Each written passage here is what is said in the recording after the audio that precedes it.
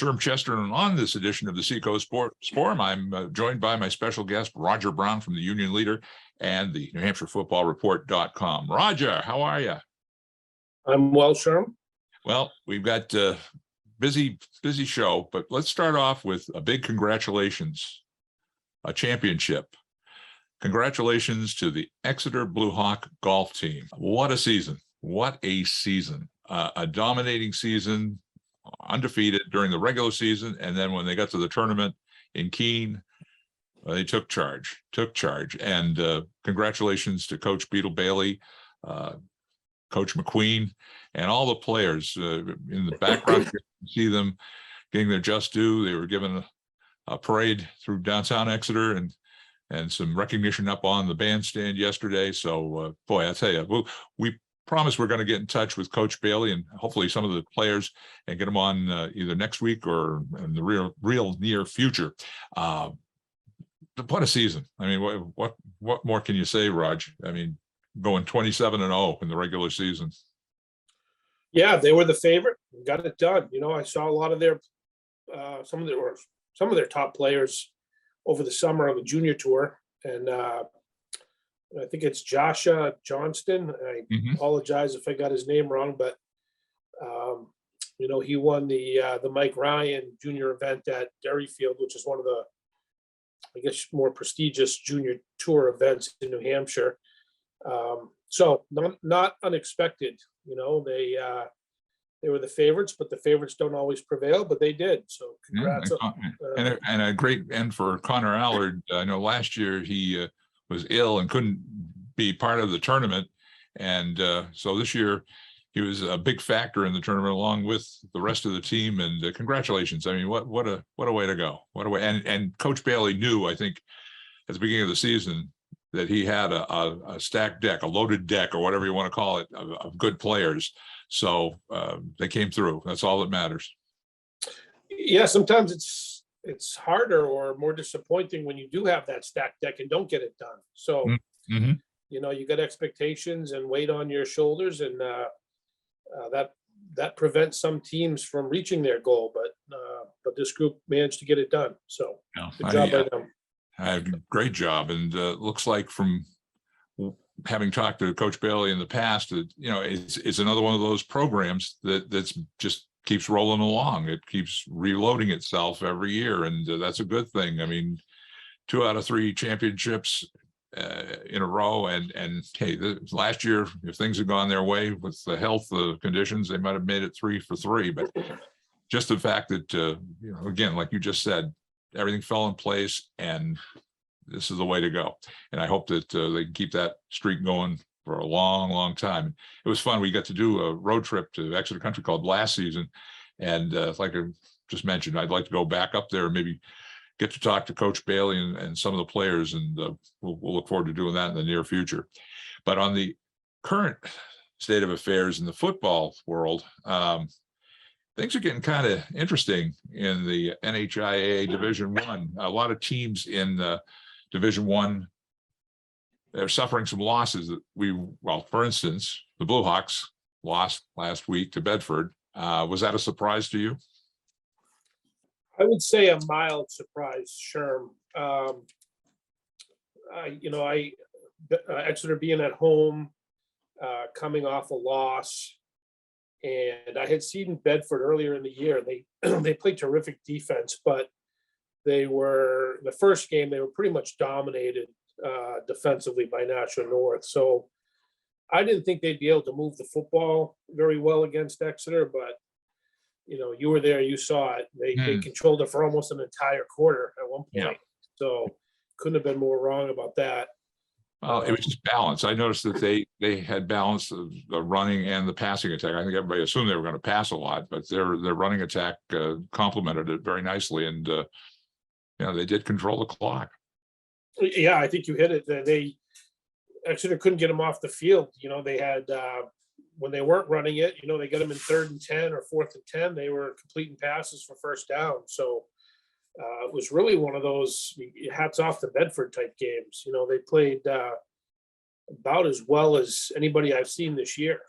You know, now in the East Conference, right now, as we record this, it's a big weekend for the Bluehawks. They're going to be going over to Dover to play the Green Wave, and that's almost a must-win at this point, isn't it? Or am I wrong? Well, I don't know about a must win. It depends on what your goal is, Sherm. It doesn't look like Exeter's going to get the bye. That realistically, it's going to go to Timberlane. So the next best thing you can hope for if you're Exeter is a home playoff game. Okay. And I would say it's a must win if you want to, be at home for that game. I wouldn't say a loss would knock them out of the playoffs or anything. Right. It won't help, and it may be something that does that down the road, but I don't think they can afford any more losses if they want to be at home in that first round. There'll be 5 games and 5 teams at home, obviously, and you want to be one of those. Now, in the other divisions, were you surprised by Girton getting its first loss?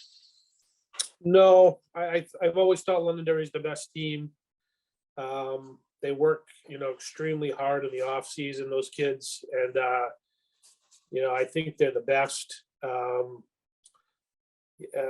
Girton is very good. I'm not saying they couldn't beat them if there was a rematch, but I got to go with Londonderry until somebody shows me that they can beat them, which I'm sure Nashua North was undefeated at this, when we're talking here.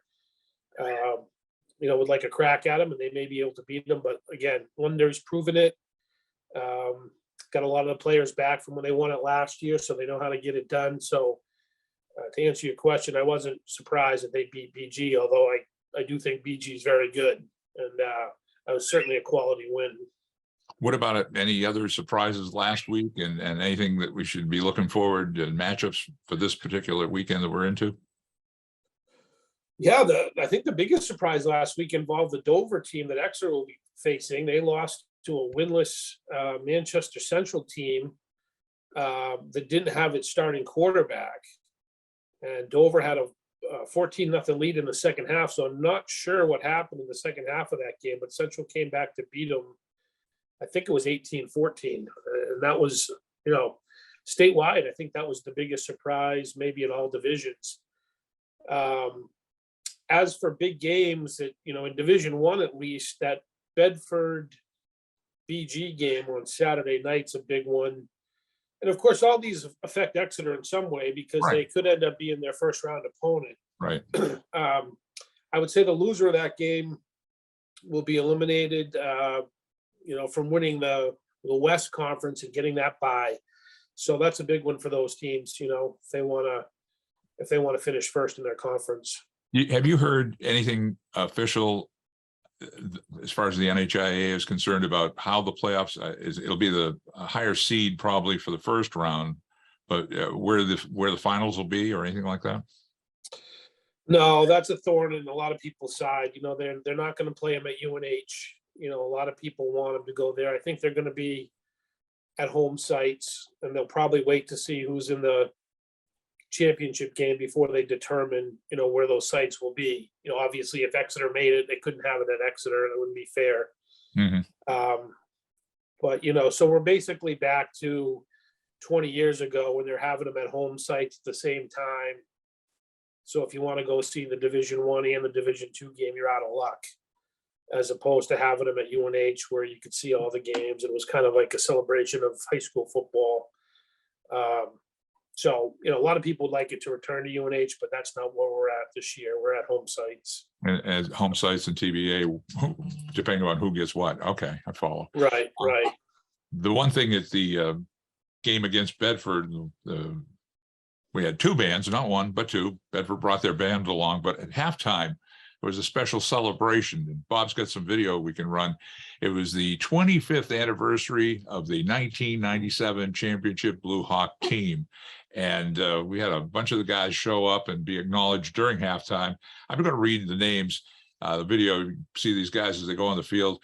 There's Chris Bartell was there, Scotty Graham, Corey Pebler, Jamie Soller, Mike Brejnahan, Alan Merriam, Nick Graham, Matt Larrabee, Justin York, Ben Hoyt, Rich Collins, Ian Voshin, Ian Winter, Russ Lafayette, Eric Paquette, AJ Toby, James Roy, and Andy Moorcroft. And the two Barbado brothers probably would have been there, but they were busy in a football contest against each other.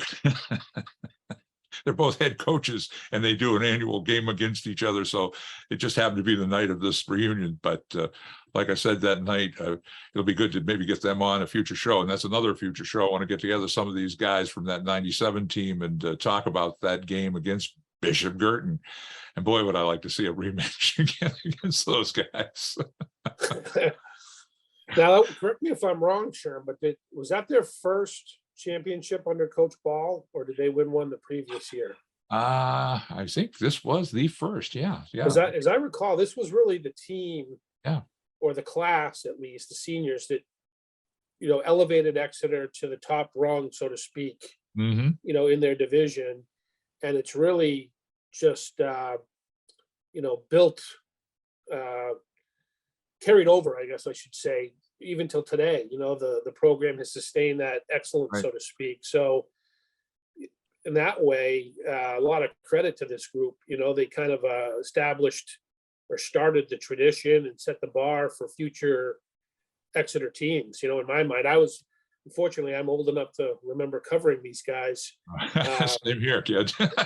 Yeah, and I remember, in 90, I think it was 95, they made the playoffs, but they weren't competitive, and then stepped forward in 96, and then breaking through that year. So congrats to them. Good to see some of those guys. Like I said, they've aged gracefully. Some of us not so much. That's right. Yeah, it was a long time ago, sure. Hey, I'll tell you, and that team, the assistant coaches that year, Bill Callahan, Paul Landry, Tom Blank, Tracy Cookish, Bruce McAllister, Carl Robertson, and Skip Swazinski. And at the time, the AD, you asked, the AD at the time was Cass Donovan. So I think it was the very first championship for Coach Ball, and many to come after that. And we had a lot of great matchups again against Bishop Girton over the years, and I'd like to see another one in another few weeks. Hey, whoever the opponent is, right? You'll just take it. Just get there. Yeah, just get there. That's right. Game at a time. Well, let's turn to the Wildcats. UNH Wildcats red hot. They're 4-0 in the CAA, and right now they've got an in-state battle against Dartmouth coming up this particular weekend. It's more for pride than anything. Obviously, it doesn't affect the standings. Their next home game will be in 2 weeks against Elon. And first of all, let's talk about that Dartmouth game coming up. What do you expect from the Wildcats in that one? Well, I got to disagree, Sherm. I think it's a huge game. Matter of fact, you may look back on this game and say this is determined whether or not UNH makes the playoffs or not. Okay. I mean, you could, right? If you look at their schedule coming up, they've played some soft opponents, soft in quotations, meaning not the iron of the CAA, but they do have, Elon, Rhode Island, I think Richmond right after this. Mm-hmm. So unless you plan on running the table in the CAA, you're going to have to win some out of conference games, and they're already at 0-2. Right, that's true. Yeah, So, this would give them a little bit of wiggle room, maybe, or just certainly add to the resume, in addition to all the in-state stuff. So I do think it's an important game for them, and and I think they're facing a better team than people might think when they look at Dartmouth's record. Yeah. Because 2 of Dartmouth's losses were in overtime. Last week they lost by 3 points, but they didn't have their quarterback. They also didn't have their top running back, who are supposed to be healthy for tomorrow. So I think this one's going to be a tough one and an important one, and it would be a very good sign if UNH can pull out a victory.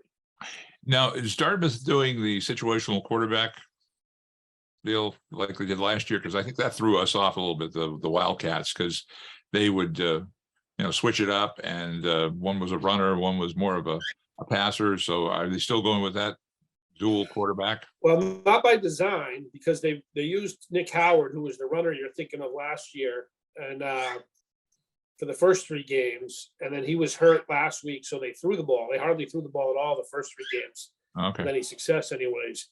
Last week they went to more of a passing game because they didn't have him. So, if they're both healthy, I know Coach Santos at UNH said they're preparing for both quarterbacks, and he thinks Coach Stevens would prefer a 2-quarterback system.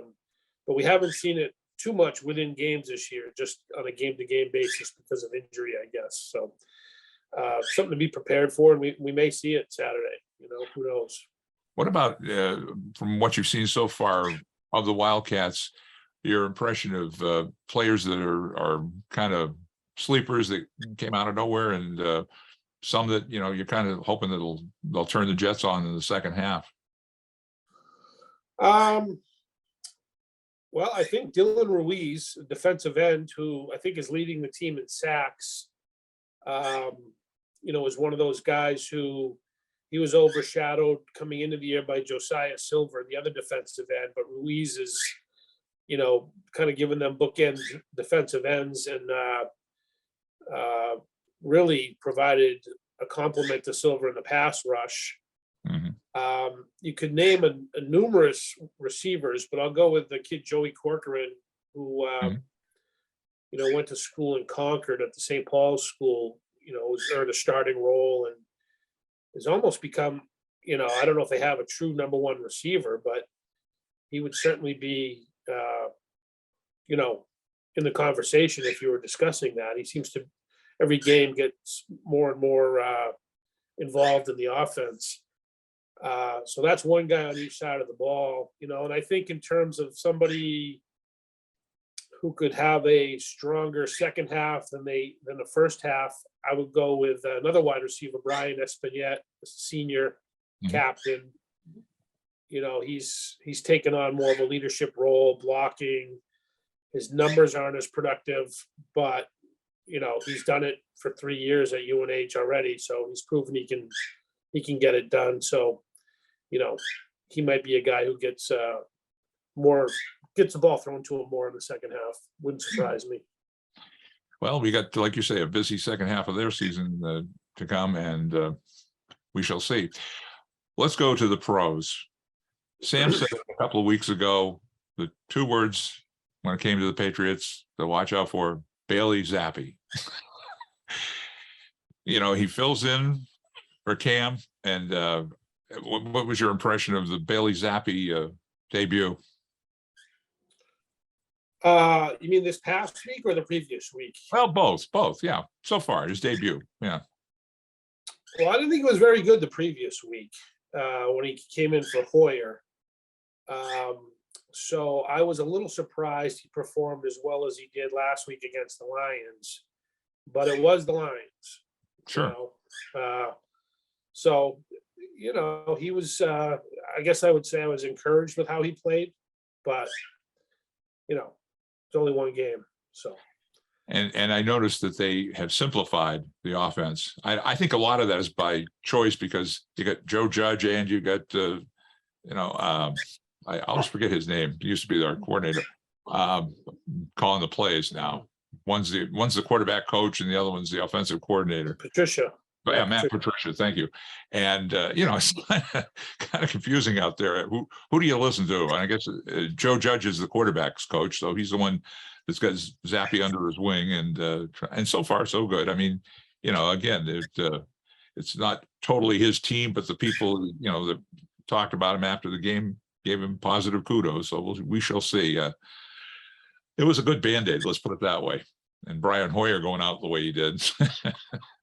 Yeah, well, they needed a win and they got it. Not only 1 touchdown.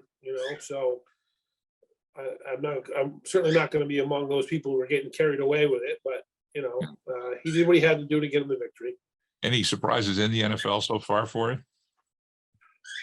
Oh, NFL. Guess I'm a little surprised that the Rams, aren't playing better. But NFL, there's surprises every week, right? The Giants winning last week over Green Bay. It's crazy league. So yeah. I was going to say, what bothers me about, and I'll touch on it with baseball as well, is they've got so many networks with games now. You've got Apple, you've got Amazon, you've got, of course, the normal ones, NBC, ESPN, and Fox. But I mean, it's confusing where the games are, and you got two games running concurrently, and with baseball, it's a real hodgepodge, especially now that they're into the playoffs, into the semifinals and whatever, quarterfinals, or whatever they're calling these things. I almost wish they would do like, I don't know if you have it on your cable, the red zone. NFL has the red zone, so they feature the games where obviously there's some potential for scoring, and they cut away from the games that are just, people dancing, like that Chicago Bears game the other night. I mean, talk about going nowhere fast. It was pretty. It was a sleeper. Yeah, I heard. I didn't watch it, but I heard. Yeah, it was a sleeper, and I didn't stay with it either. But the point I'm making is that I would like to see, like Major League Baseball. Let's get to that. They got too many channels. I know they got TBS, TNT, Fox, ESPN. I think Apple might have a game or two during this playoff run.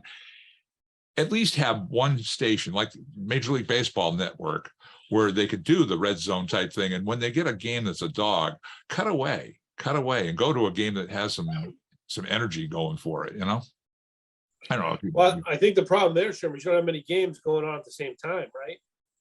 Well, it's so far with the playoffs with the baseball, they've got them staggered. But the other night you had one game that was really a dog, and they should have cut away from it and gone to, whatever was on against it, the Yankees or the Mariners or somebody was playing, just to freshen it up, keep it moving. That people wonder why baseball can't hold an audience. That's the problem. If you get a dog of a game, people are going to just change the channel and go somewhere else. So, and I'll get to my 2-minute drill in a minute. They may even go to this other sport I'm going to talk about.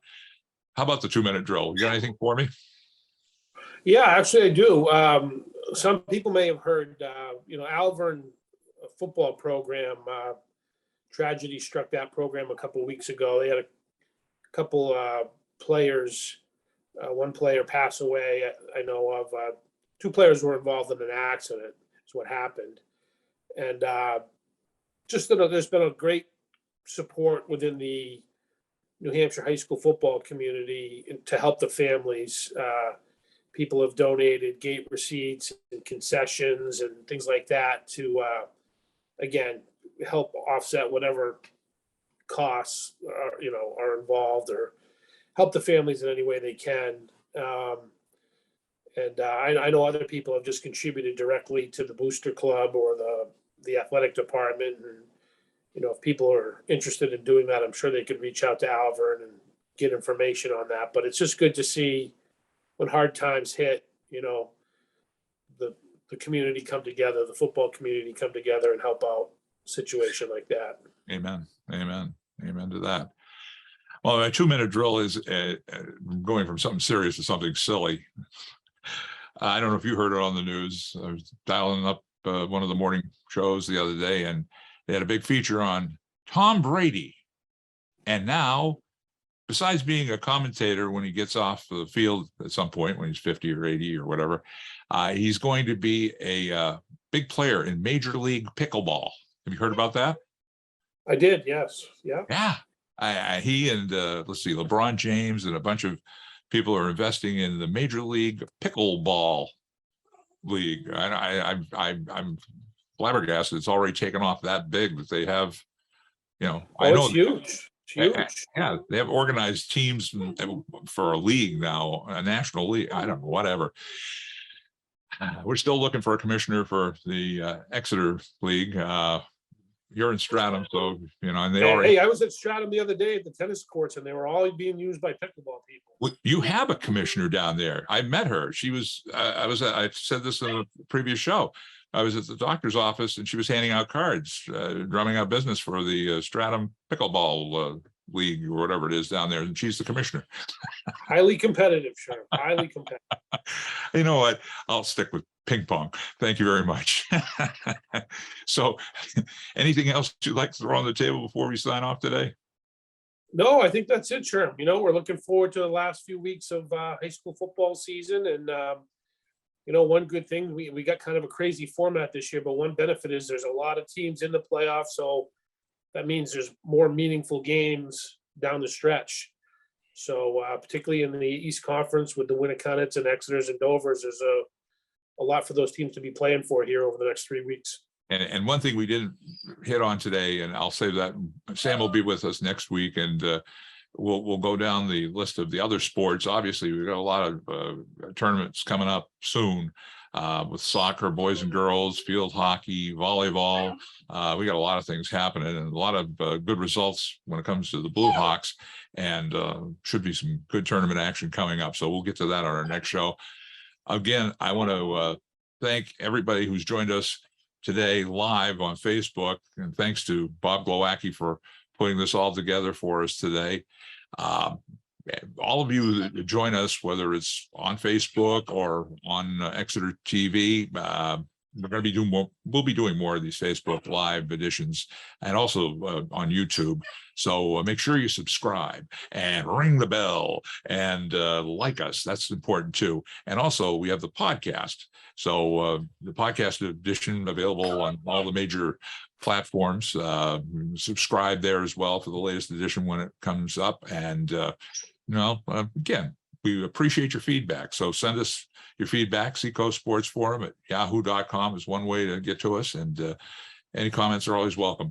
And ideas for shows as well.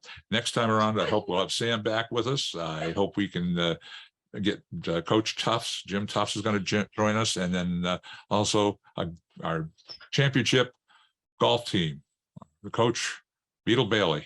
Congratulations, Coach, on another championship for the Blue Hawks. You can listen to the Seacoast Sports Forum on your favorite podcast platform. And don't forget to watch the episodes of the Seacoast Sports Forum on our Seacoast Sports Forum YouTube page.